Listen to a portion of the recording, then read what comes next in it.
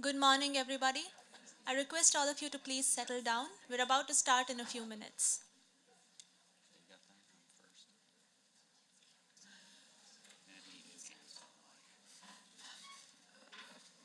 Circular economy is a potential way to spawn new technologies and industries, provide pathway towards economic growth, decoupled from resource extraction, value generation in used materials, as well as contribute to climate change adaptation and mitigation efforts. If circularity is to shape future economies and their commercial relations, it is imperative that all countries use the right incentives, policy, research, and funding to lead material flows in the economy to adopt more circular patterns. Standing before you are Mitsui Guerrero and myself, Nupur Gurjar, honored to welcome you to the inaugural Circular Economy Symposium at Harvard University. The organizing team is as multidisciplinary as the topic we're here to discuss today.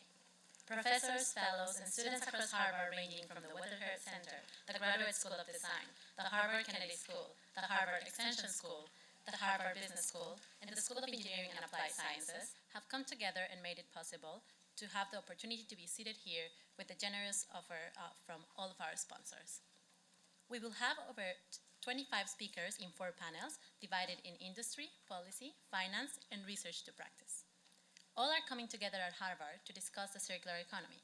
This is the first time a student-run event is being live-streamed over 40 countries.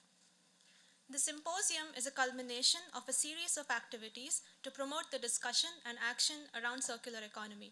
Those include over 15 articles and multiple pre-events available on our website that discuss various dimensions of the circular economy.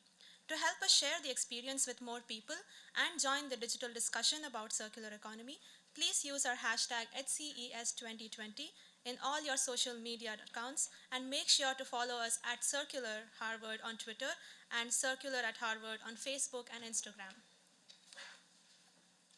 And now we welcome Mr. Thomas Gloria, Program Director of Sustainability at the Division of Continuing Education, Harvard University, to the podium.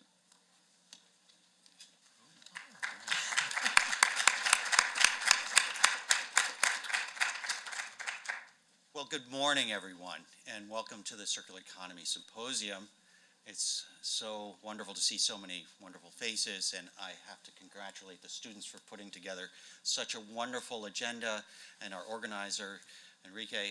This is an amazing event. And the Division of Continuing Education, where I run 2 programs in sustainability and 1 in global development practice.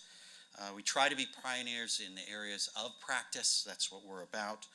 And so we have a global student population of nearly 16,000 students who take our courses annually. And within my sustainability program, we have nearly 300 that are across the world. And we continue to innovate from courses related to leadership in sustainability to life cycle assessment, environmental social governance reporting. Even this more recently, we now have a course that's going to be around climate psychology. And as I was talking to Carrie Snyder, who's our instructor in circular economy this morning, we're in our 4th iteration. So it's been 4 years since we introduced our circular economy course at the Division of Continuing Education. So we continue to try to be leading and lead the world in terms of education related to sustainability. But what's a point of reflection for me today is, as a practitioner in life cycle assessment and maybe a more niche field that some of you haven't heard of, industrial ecology, for nearly 3 decades, this area of circular economy really brings it home to me. Because when I think about aspects of circular economy, it's about preserving the value of the things that we have.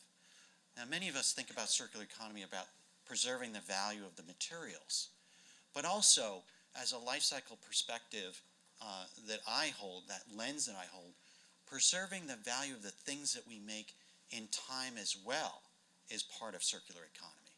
So it's not just the flow of materials, it's preserving the stock of the things that we have. And it's that duality that's so important, because as we look at not only the engineering, the technologies, it's also about the human capital. So the human capital that we need to inspire and move forward with understanding the importance of value, the value of what we hold for the things around us, and the value that we use not only today but into the future.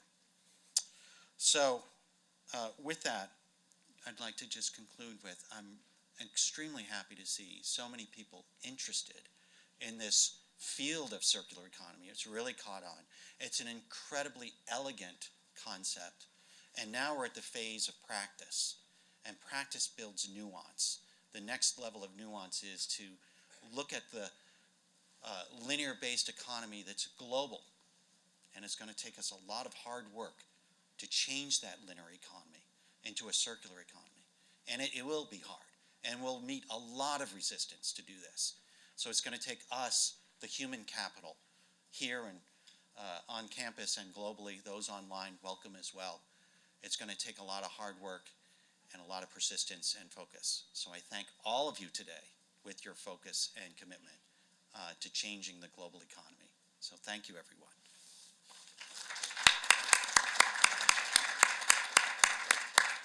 Thank you for your words, Mr. Thomas. I now welcome Heather Henricksen, Managing Director of the Office for Sustainability at Harvard, to the podium.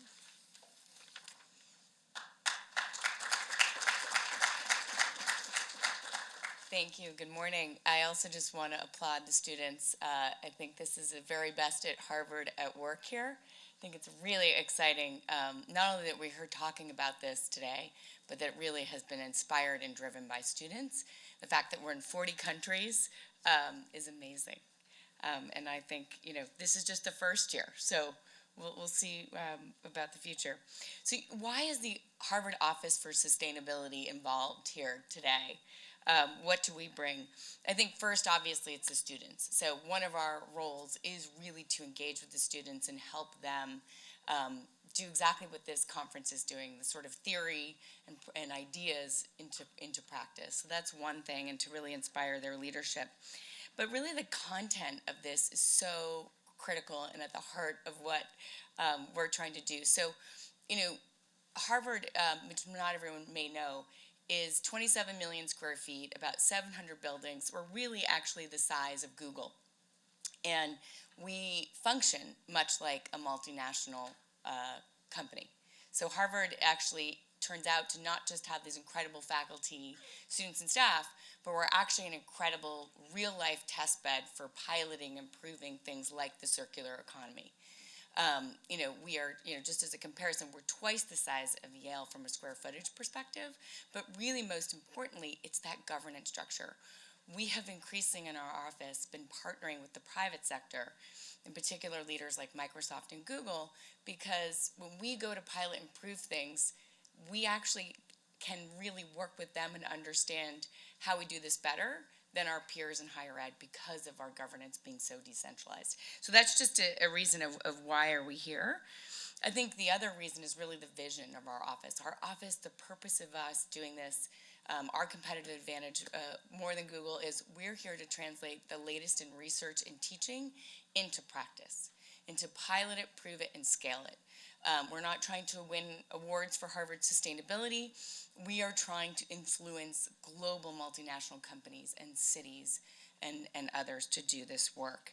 So that's what I'd like to say. I would, just as an example, the thing where I think it's so critical, why I think I went to the Kennedy School and ended up staying here. And the reason is I can't imagine a more exciting place to be because of exactly what you're going to see today in this room, the faculty and students. So whenever we have questions, we go to them to figure out how do we do this work.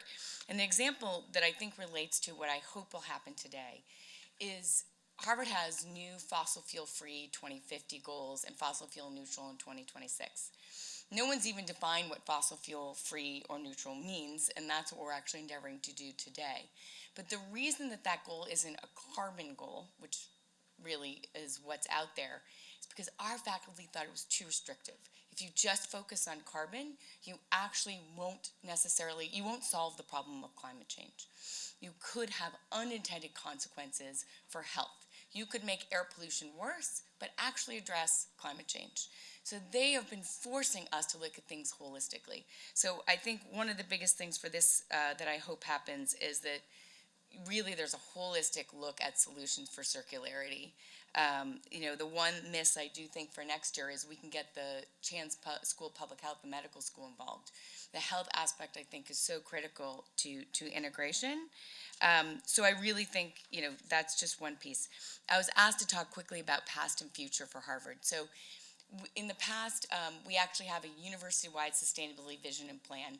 Again, sort of our playbook: start with faculty, start with research and teaching, frame, then bring in practitioners to say, how do we actually get from the ideas to progress? How do we measure it? How do we have progress?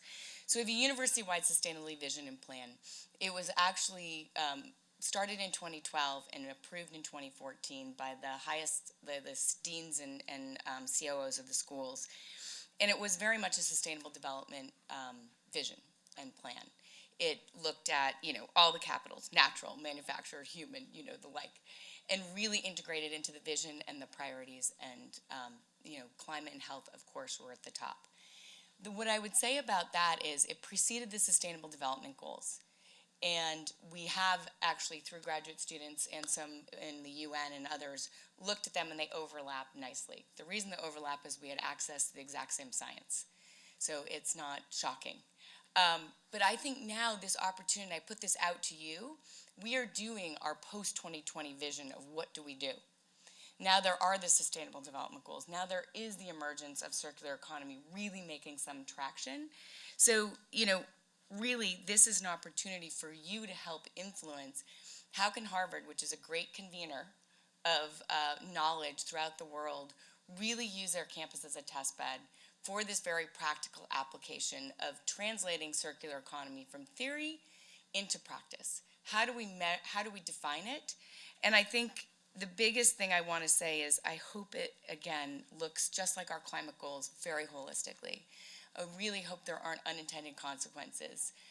For instance, we could make circular products and change manufacturing the world, but we could be actually making toxic products. So those are some of the concerns I think we have. So I think with this holistic lens, that's what we and our researchers and our team bring, and we very much look forward to dialogue.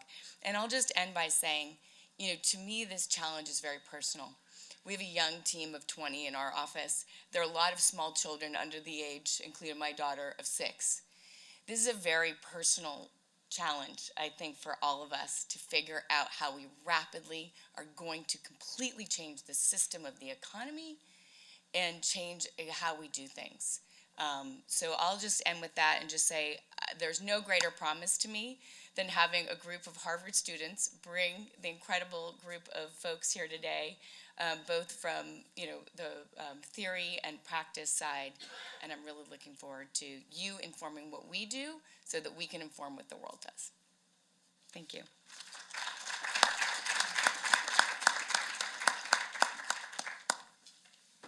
Thank you so much, Mrs. Heather. Now we welcome KATHLEEN Maloney, WEATHERHEAD Scholars Program, for her opening remarks.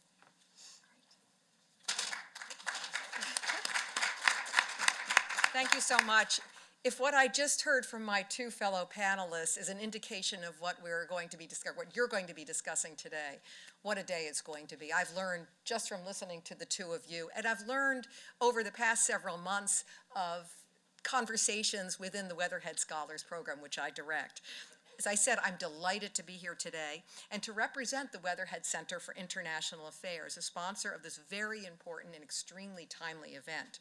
Established in 1958, the WCFIA is the largest international social science research center within the Faculty of Arts and Sciences. We support international, transnational, global, and comparative research, whether historical or contemporary, including policy analysis. We have well over 300 affiliates, including a large number of researchers and practitioners who participate in the WEATHERHEAD Scholars Program, which I direct. Our WEATHERHEAD scholars work to address common international problems on issues such as migration, border violence, identity, comparative history, technology, and business. Disputes for resources is one of the factors that permeates many of those areas. and with and in the society we have today, based on wasteful processes and facing growing risks from climate change, work on systemic problems such as how our economy runs and how it uses resources is fundamental to improving many other aspects of society. The Weatherhead Center is extraordinarily pleased to support and host this symposium, and my colleagues and I would like to thank the more than 20 volunteers who dedicated so much time to making this event today possible. So thank you to all of the volunteers. And finally, I wish to express profound gratitude to one of our fellows, Enrique Pacini, without whose vision and energy today's symposium would not be possible. We are all grateful to him. And again, to all of you, welcome to Harvard. For those of you who are here, you know what the energy here is and what the capacity and the resources we have are, but you are going to add to that discussion. Welcome and have a wonderful conference. Thank you.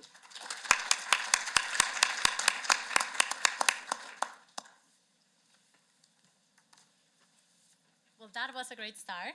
Thank you again, all of us, for joining us today. Thank you, Mrs. KATHLEEN. We would like now to welcome Professor Nabil Harfouch on stage to introduce our keynote speaker.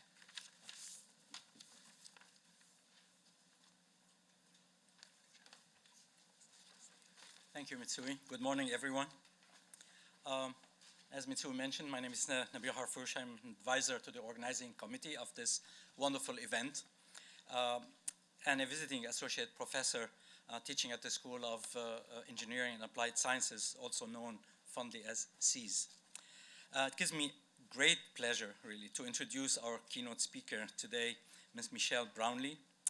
Ms. Brownlee is Director General of Strategic Policy at Environment and Climate Change Canada, where she has responsibility for environmental files cutting across the department, including the circular economy and climate adaptation, among others. Prior to this role, Ms. Brownlee worked on clean technology policy and programs at the Canadian Ministry of Industry. She has also been Director of Policy at the Smart Prosperity Institute, a national research network on policy think tank based at the University of Ottawa. Ms. Brownlee has taught economics at Mount Royal University in Calgary, Alberta, and has worked in various Government of Canada departments and agencies, advising on energy, clean tech, natural resources, and climate policy. She holds degrees in economics from Mount Allison University and Queen's University. So without further ado, please join me in welcoming our keynote speaker.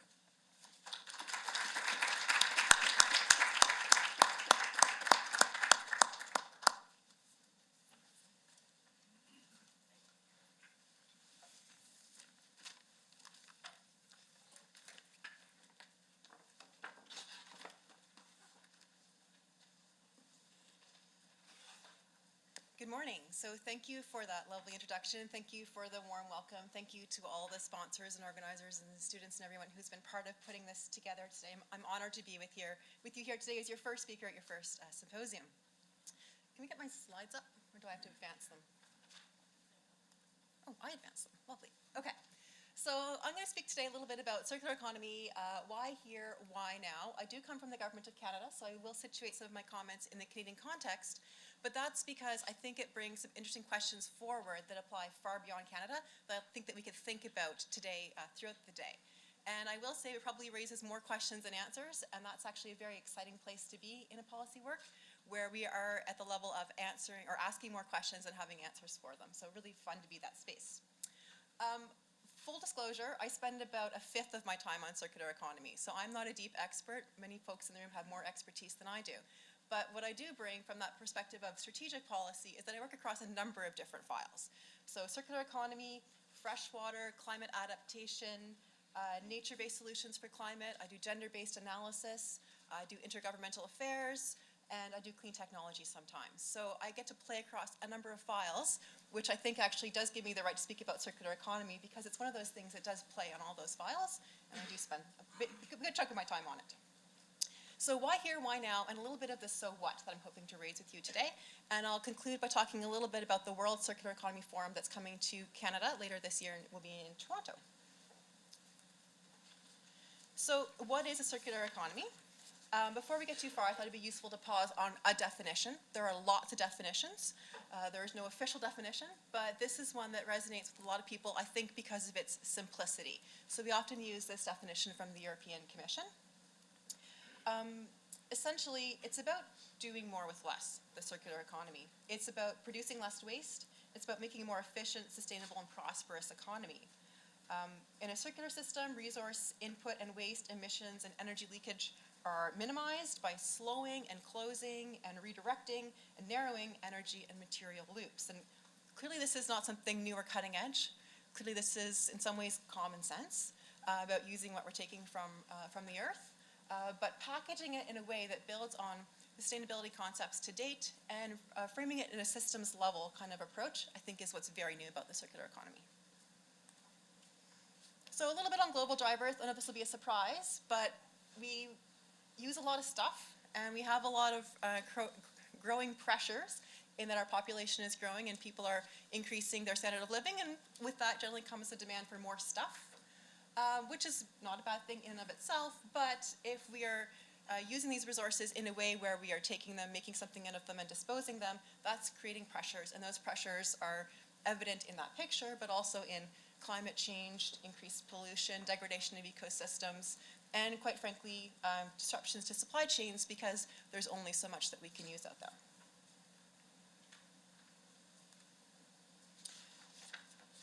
So, where has the what is the appeal of circularity? And I've got a few examples here from some studies that have been put out there recently that show some of those economic advantages. Essentially, I think the circular economy has gained momentum because it's seen as a way to become more resource efficient, to minimize negative impacts on the environment, while also growing new revenue streams, providing cost savings for businesses and increasing competitiveness. We see that in the economic examples here, so increasing resource productivity, GDP gains, job creation, extracting more value from resources, minimizing waste.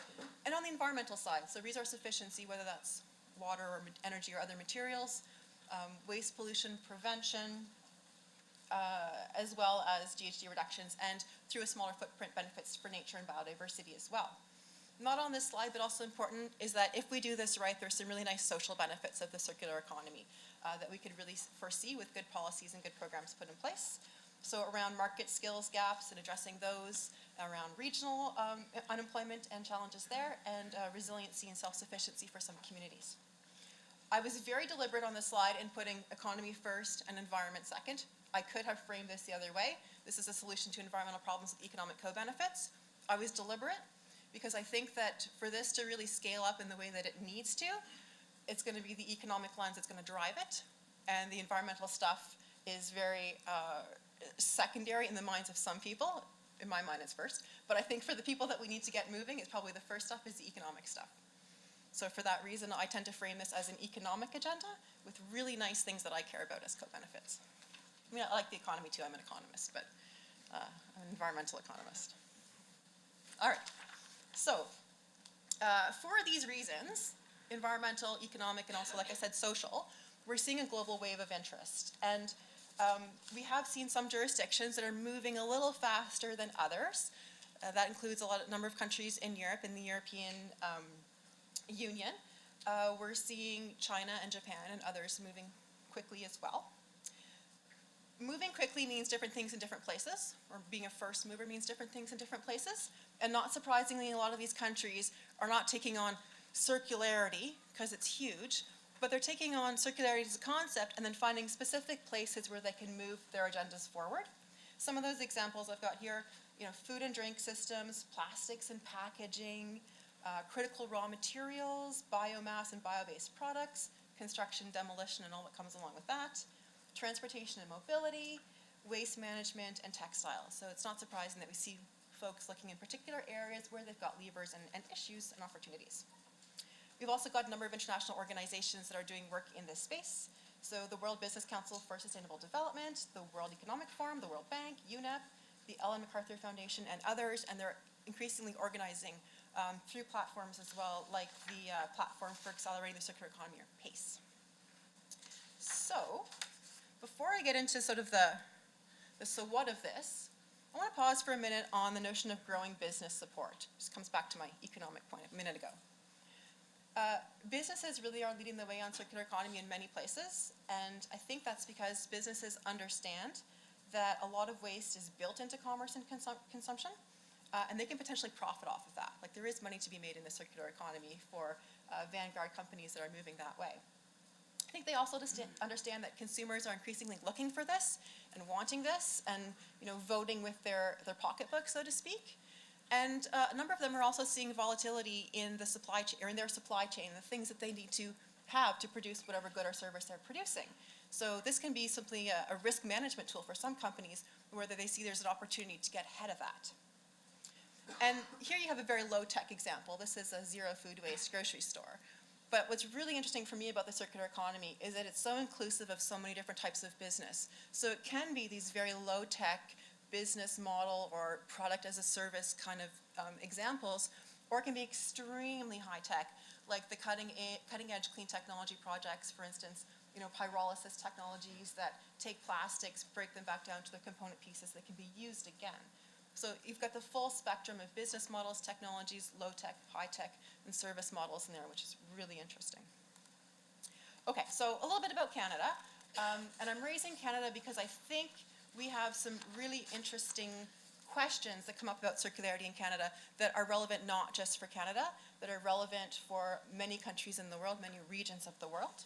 So I'm going to raise questions. I'm not going to have answers to them, but I'm hopeful that through today's discussion we move forward on those answers, and that they provide some food for thought for the discussions today. All right, so no surprise, Canada's big. Touch 3 oceans. We got a bunch of mountains and lakes and stuff. And that's actually kind of different than it is in some of the countries that have moved first on circular economy. So take Japan. Japan's been an early mover. Well, you can fit 26 Japans in Canada. So, it's a little bit different. Europe has moved fast. Well, Canada's as big as Europe. So you've got a very different context. You're trying to figure out something like this. So a question here, what is the scale of circular economy in a big country? How does that play out? Circular economy is sometimes deemed as local in many ways. Not always, but sometimes. What is local in Canada, or in North America, or in a big country? Will it look the same across a big country? Will circular economy in one area of the country be the same as somewhere else? And that's a question that's very relevant for many countries and many regions of the world. All right, so not only are we big, we have a variety of communities, and we have not that many people relative to others in the world. So 27 million Canadians. We hit 27 million last year, so it's a big number for us. But again, let's think about Japan. So you can fit 26 Japans in Canada, but Japan has 3 times the population of Canada. Europe has, I think it's 20 times the population of Canada. So you've got a very interesting big space with far fewer people than some of the early movers. And what does that mean? Well, we've also got a huge variety of communities in Canada. So Toronto is where we're going to host that World Circular Economy Forum in the fall. And this is Grise Fjord in Nunavut, which is Canada's northernmost community. It has 129 residents. And I looked it up this morning. The temperature in Grise Fjord is minus 39 today. Minus 39 happens to be the point at which Celsius and Fahrenheit is irrelevant, because it's just minus 39. So it's very cold up there today. Also darker than usual, because it's so close to the North Pole. But essentially, we've got a variety of types of communities across Canada, including Indigenous communities and communities like Grise Fjord that are fly-in, fly-out, or some that are accessed only by ice roads part of the year. What does the circular economy mean there? Well, Toronto has a whole economic development machinery around it, and they can think about a circular economy strategy for Toronto, and in fact they are. Grise Fjord probably doesn't even have an economic development officer because there are 129 people. But yet, everything that goes in there has to come out. So can we bring things in there and use them to their full use before we have to expensively fly them out or landfill them there? So very different questions, very interesting questions in both cases. All right, we are also, no surprise, an export-oriented, resource-based economy, as are many countries, so the questions we raise here are relevant to lots of others. We are very trade-dependent as well, so international trade makes up a large part of our economy. Again, we're only 27 million people, so we trade a lot, particularly in natural resources, not just in natural resources. We're also very material resource intensive in Canada, in part because we're moving things across a large landmass, in part because we are producing a lot for the rest of the world as well, and we have a fairly high standard of living, so we tend to be able to afford a lot, so we consume a lot. And so there's reasons for us to want to address this in circularity. But there's interesting questions that come from this too. So how do we design for circularity in trade? So if we're producing a resource, sometimes we just cut a tree down and ship it out, but usually we do something to it first, or a mineral resource or what have you. How do we think about designing those resources in a way that wherever they end up in the world, they have the potential to unlock some circularity, and that they're not just take, ship out, use, dispose? Similarly, how do we design trade agreements that facilitate this, that allow us to move things around the world to repurpose, recycle, reuse, remanufacture throughout their life? Really interesting questions. Again, we're at the early days of answering them. We have a small market share. We are globally integrated. So as an example, we were talking about this last night. Canada's highly, overall our economy is really strong. We have relatively small market share in a number of places, but we have really, really integrated economy with other parts of the world. And the example I'm going to use here is around southwestern Ontario and sort of that sort of Detroit area, where there's a huge auto manufacturing sort of hub. And I looked up the stat this morning, and it's the average car part that crosses between Canada and the US before it ends up in a car moves across the border at least 8 times, sometimes more than double that. So somewhere in the range of 8 to 16 times. Those car parts are moving across the border between Canada and the US. So that's one version of a circular economy, where your car parts are moving across borders.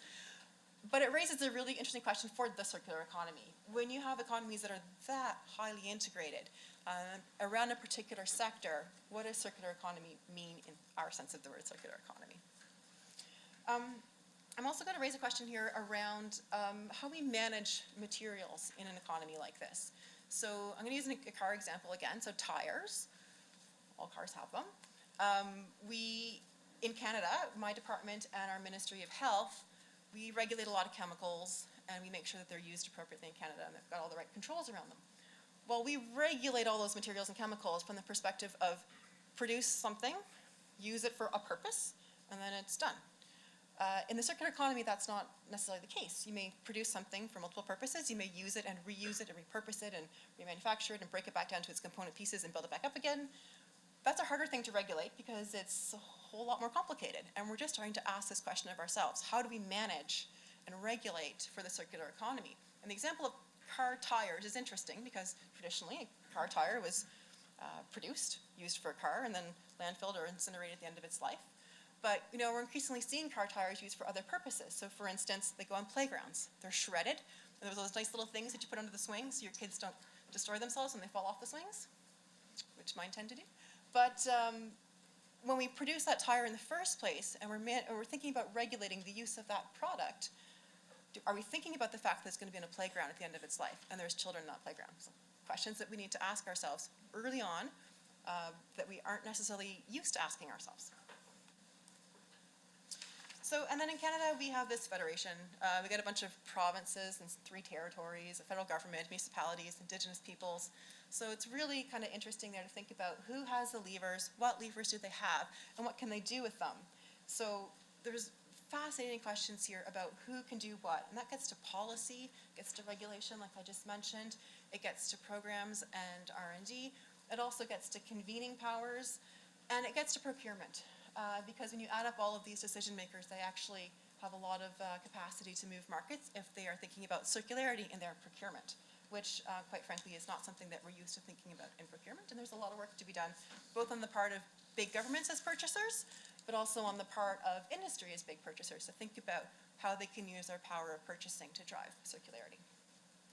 I'm going to pause for a sec on Indigenous governments here, because Canada's in a number of ways looking to advance reconciliation with Indigenous peoples. And circular economy is potentially a place where we can make some good progress in continuing that conversation with Indigenous peoples.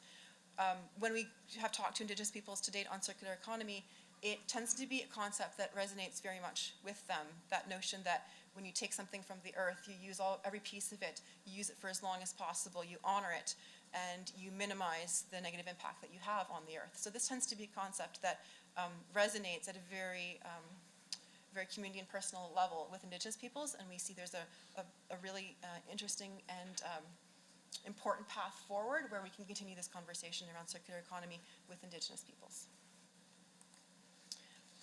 We also have asked Canadians what they think about circular economy. We've done some focus groups over the past few months, and not surprisingly, they don't know what it is. So, we've had, I think it was 6 or 8 focus groups across the country, coast to coast.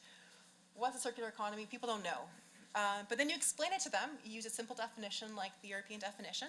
This is a circular economy, and they love it. They get it right away. It doesn't take much explaining. Like, oh, of course, that makes perfect sense. Yeah, common sense. People really grasp it once they understand what circular economy means when you unpack it. They strongly support it. They think it's a way of doing business. It's a way of life. And we ask them if they see themselves as part of the circular economy, and most of them say yes. They buy something secondhand. They recycle. So they see a role for themselves in that. Some of them even say that they look for longevity in the products that they buy, and will maybe even pay a little bit more for that.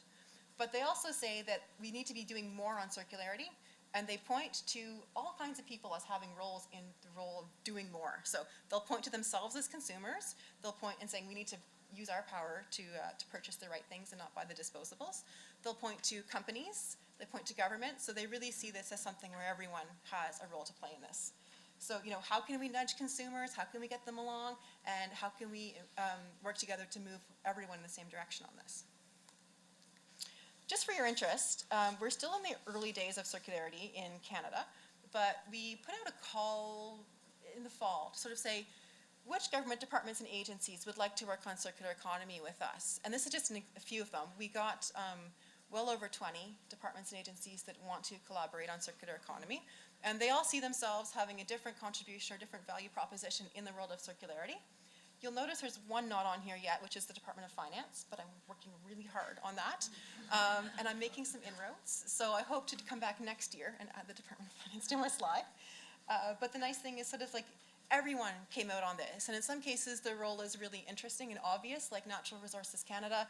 They've got mining and forestry, and they see circularity as part of their sectors already, but they see that there's a need for more. And then to others like our stats agency, who are really, from an intellectual perspective, curious about how can we advance a framework for circularity to measure it, because they really see there's something cool to unpack if they can unlock that. All right, so coming back to Government of Canada for a second, we have a new government.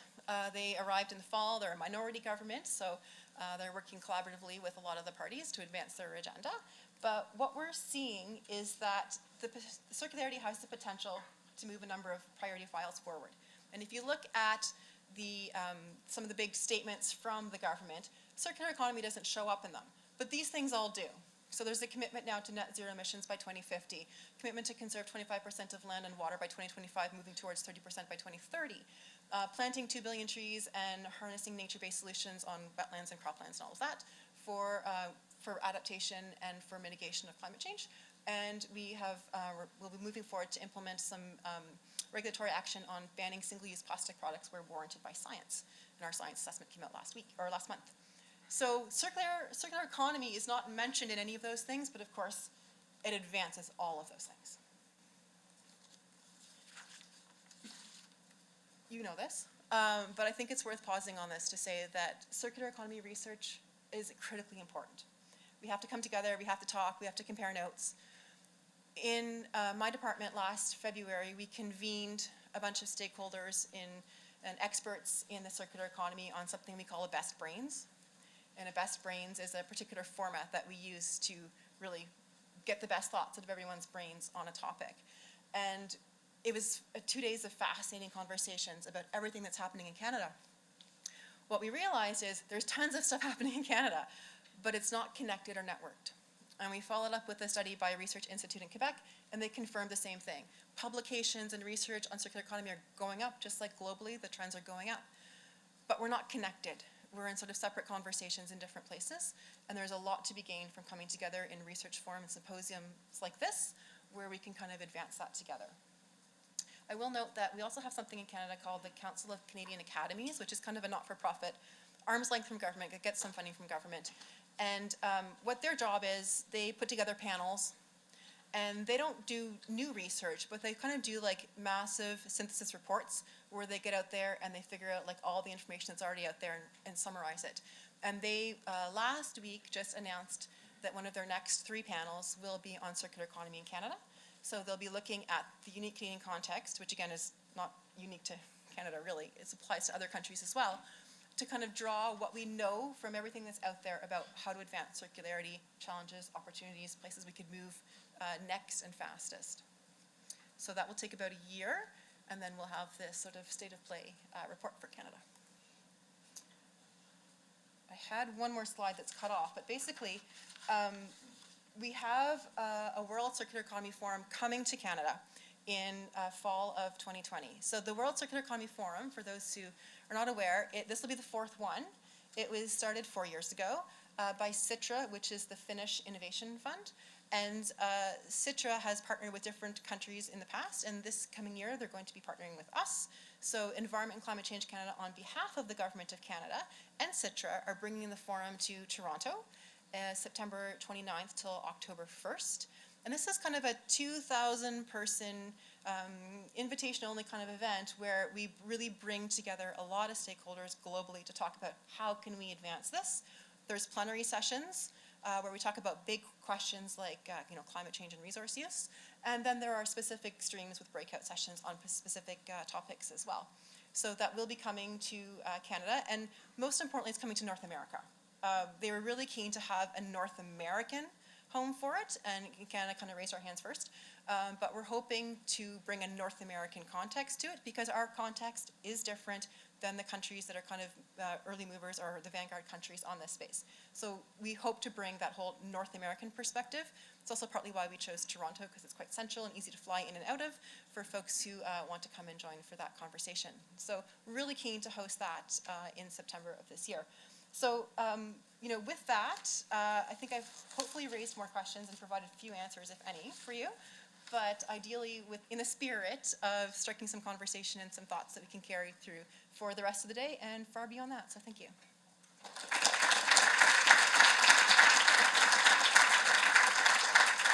So we have some time for Q&A, and we're going to try and start with our virtual participants. Are there any questions from the virtual participants? Go ahead. So, hi, I'm from Montreal, Canada, and I'm actually from the Montreal Youth Council, and we actually gave an avis to the Montreal mayor about circular economy. So I guess it's really pushing, everyone is in Canada, every city is pushing forward for circular economy. So you talked you briefly talked about how local cities or local governments versus provincial and federal government are acting towards and push forward for a circular economy. And I was wondering, what's your thought on cities, governments, and the status of métropole and versus provincial competencies and federal. So who needs to be pushing towards a better sustainable economy? Everybody, right? Everybody. But with a little bit more specificity in my answer. So first, I'll talk about my federal government role, because that's, I think, where I tend to start to my own thinking. But in the federal government, we have a number of roles, and regulation is an important one, and policy making that sort of supports the whole country, as well as convening. We can bring people together to have a conversation like we did last year at our Best Brains. And I think that's actually sometimes an undervalued role that a federal government can play. Another role that a federal government can play is that there are things in provincial jurisdiction or in state jurisdiction that should be, but there are some things where if every state or province goes its own way on something, you end up with a less than optimal outcome. So there's a role for a federal government to, again, kind of convene a conversation with regional governments about what that means. So an example that we hear a lot about and that we're working on right now is extended producer responsibility. So if the producers can be responsible for the end of life of their products, that's great. We want regimes around that. But if in a case like Canada, we end up with 13 different extended producer responsibility regimes because we have 13 provinces and territories, that's going to be terrible. Terrible for the companies who, quite frankly, think Canada is really small because they're large multinationals and they don't want to deal with 13 regimes. So can we as a federal government work with provinces and territories to work towards some kind of harmonization and EPR regimes that make some sense? Because the provinces and territories do have a whole bunch of levers, including that one. And when it comes to the level of the municipalities and the local governments, I think it gets actually really interesting, because then there's all kinds of stuff that I don't get to play on at all from my level. It's really interesting. So for instance, that whole notion of industrial symbiosis and trying to figure out what waste from one process could be used somewhere else. That often happens within a smaller local area because you don't want to be moving waste too far. But there's things that a municipality can do to kind of identify where there's a waste stream from one company that could be a useful input for another, as well as thinking about all the things that municipalities regulate and all the powers that they have, including their own procurement, especially in the case of bigger municipalities. So I think there's roles for everyone there, and it's a question of kind of mapping and understanding and making sure we're all moving in a similar direction or the same direction, as opposed to having any fighting policies or lack of harmonization that causes problems. Thank you. Thank you, Michelle. Are there any questions from the audience here locally? Go ahead. Thank you. Thank you, Michelle. My question is around incentives. And as we know, the total production factor does not account for negative externalities. What are we doing in circular economy to make that aspect circular so that the people who have the capacity to produce, corporations, are given some incentive to consider negative externality and bring it into the calculation of total production factor as economists do today? Thank you. Yeah, and I think that's the classic externality, right? The environmental externality. And full disclosure, part of me as an economist hates the concept of circular economy. And that's because I go back to my marginal abatement cost curve and my marginal damages curve, and I know that where they intersect, there's an optimal level of pollution, and it's not usually zero. So part of me kind of thinks, okay, well, if I fully accounted for all my externalities, I wouldn't really need to do this because I would, it'd be optimized. But obviously there's lots of externalities and lots of market failures, not just the environmental externality. But I think what's really interesting there is that there are lots of ways to internalize those external costs. And some of them are the very obvious tools like pricing. And we now have a carbon pollution price across Canada. We have a schedule for it to accelerate over time for the next few years. So we're making some progress on some of those most obvious classic economic tools to force that internalization of the externality. But there's other things too, like ensuring that there's transparency in supply chains and having disclosure of climate risks and other risks, nature risks in companies, and for that matter, governments and crown corporations and all of that. There's roles for these tools as well, because they're different tools, but they all ultimately help to internalize that externality. And I'm also really curious on the consumer side as well as the business side, nudge theory and behavioral economics, and how we can send some little softer signals that also, when you have them on a large scale, really start to shift something. So I think it's essentially the whole toolbox to answer it. Thank you, Michelle. I think we have another question from the virtual, no? Okay, so we can take a second one. It was here. Thank you. Thank you for the inspiring keynote, asking all the right questions. Just to say, my name is Marianne Kettunen, and I work for an environmental policy think tank in Brussels. So obviously my comments and my thoughts today will be looking at things from the European perspective, comparing that with the world. I don't have a question as such, but I'm taking your question and kind of trying to follow up with some thoughts and answers, and hoping also, what you then can take from that. So you asked a very relevant question: what does it mean for trade? And that's something that myself and my think tank and colleagues in Europe have been very much looking into. Like, well, what does it mean for trade? And the conclusions that we've come to, it really, in a nutshell, means about harmonizing standards and being transparent. So harmonization and transparency, what's needed. So basically being able to harmonize standards between your trade partners, like, for example, looking at Canada and the EU. And this will be coming really interesting in the future when EU now moves on to its second reiteration of its circular economy policy, where, for example, it's foreseen that there will be a requirement for secondary raw material content in the products on the EU market. So obviously that's relevant for your trade partner countries as well.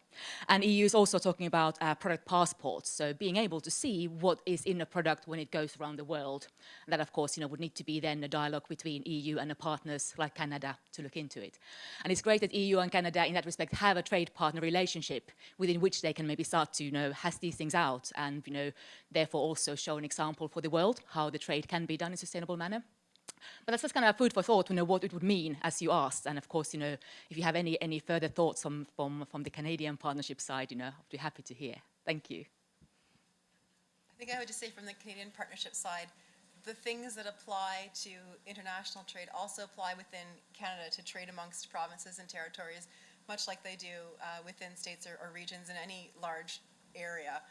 So, like I said, on EPR, you'd hope to have some standardization, harmonization. If we can get that within Canada, then we can think about aligning that with the rest of the world as well. But we almost have a little bit of house and order work to do to get ourselves in a place where it makes a lot of sense.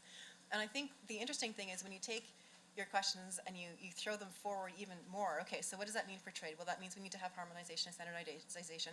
That means we have to potentially also have some open models where the way something is produced is made available as that product is made available so that the person who buys it then knows how they can remanufacture and reuse it. Okay, well, what does that mean for IP? So you get to really interesting questions around intellectual property and other things very quickly that are things that we haven't necessarily thought about in this context that open up, again, more exciting questions than we have answers, but really fun to be at this stage of the conversation and the research. Thank you. Do we have any questions from the virtual attendants? No? Then we'll take this question in the back. I think we have time for another question. My name is David Prum. I'm the CEO of a startup called Applied Constructal, engineering more from less. And I didn't know about the circular economy until about half a year ago, but I realized I've been working in it for about 12 years. One of the things that I really get frustrated about is that governments aren't making the problems simpler. We need simpler problems to generate all the solutions that the private sector will generate if the solutions become simpler. You talked about 13 provinces and trying to integrate. And this is what government really could do. I've worked a lot in wastewater, and it's very frustrating because the municipalities are still trying to adhere to wastewater standards that were developed 30, 40 years ago.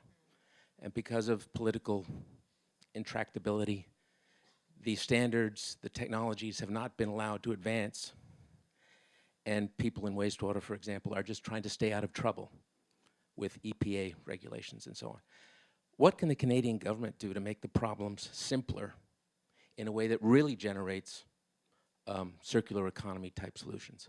You had that one slide, banning single-use plastics. That's such a no-brainer. It should have happened 20 years ago. We've got to accelerate. And people talked about transparency. People talked about, other things. We need simplicity. And, a big simple stick to get the circular economy generated. So I think if we knew exactly how to do this, we probably would have done it. So I think we're on a journey to figure this out together. What I would say is at the level of a federal or a national government, I'm not sure if it's about making the problems simpler, because they are hard problems, but what we can do is make our responses to those problems better. And so your example of wastewater is one that almost every jurisdiction in the world is struggling with. And it's a critical one to get right, because when you invest in wastewater treatment, it's not something for a 5-year lifetime. It could go 50 years or far beyond your wastewater management and your treatment in your municipality. So there's a need to get it right at the outset. But I think what we can do with our regulatory powers that an EPA or an Environment Climate Change Canada has is to design the regulations and the standards in a way that allow flexibility on the part of whoever's regulated. And if we can design regulations that are stringent, that are flexible, that are performance-based, and that have a clear stickiness, where they're not going to change when the government changes or in 2 years' time. That then tells the municipality what they have to achieve, but it doesn't tell them how they have to achieve it. And that's where I think it can open up some opportunity for those innovators to come in with the best solutions and prove themselves. Now, I know the innovators don't just happen in a vacuum. They happen, again, because of policies around innovation and clean technology and R&D and IP and all of that. So there's a whole other realm of what needs to be done to promote a clean technology industry in a government and in a country. But I think, you know, if we can get kind of support to those industries as well as, which is kind of a push, and then the pull can be the regulations that are kind of open and flexible and allow for innovation, that's really helpful. What I would say, though, in terms of making the problems smaller or easier, in some ways simpler, is that that's where it gets really interesting at the local level, and it gets really interesting in the world of kind of industrial symbiosis and those industrial ecosystems where you can look at a much smaller area, potentially a municipality, and say, okay, what is our waste? Where is it coming from? Who are the producers? Can we find a use for that somewhere, hopefully not too far away? So I think that's where you can get, you can get down to a specific problem about, we have so much wood waste, what do we do with it? Okay, well, maybe we could use this wood waste for something. And in fact, the really interesting opportunity that comes up sometimes is the one in Vancouver. So Vancouver, of course, West Coast, was originally an old-growth forest with lots of really big trees. Those trees were cut down to make houses. Those houses are now being renovated or replaced. There are companies that have now stepped into the space to deconstruct the houses because the wood that was originally just the equivalent of a post in the building is now highly valuable for other uses. So, you know, some of those opportunities that are simpler, I think, are at that very local level, and some of them where the market opportunity is very obvious are starting to be unlocked. And I think there's probably things we could do to identify more of those and create those conversations about how to identify more of those. Thank you very much. So I'm sorry we cannot take more questions. Our ops manager is already very angry with me. So they have to start the next panel on time. So please join me in thanking our keynote speaker.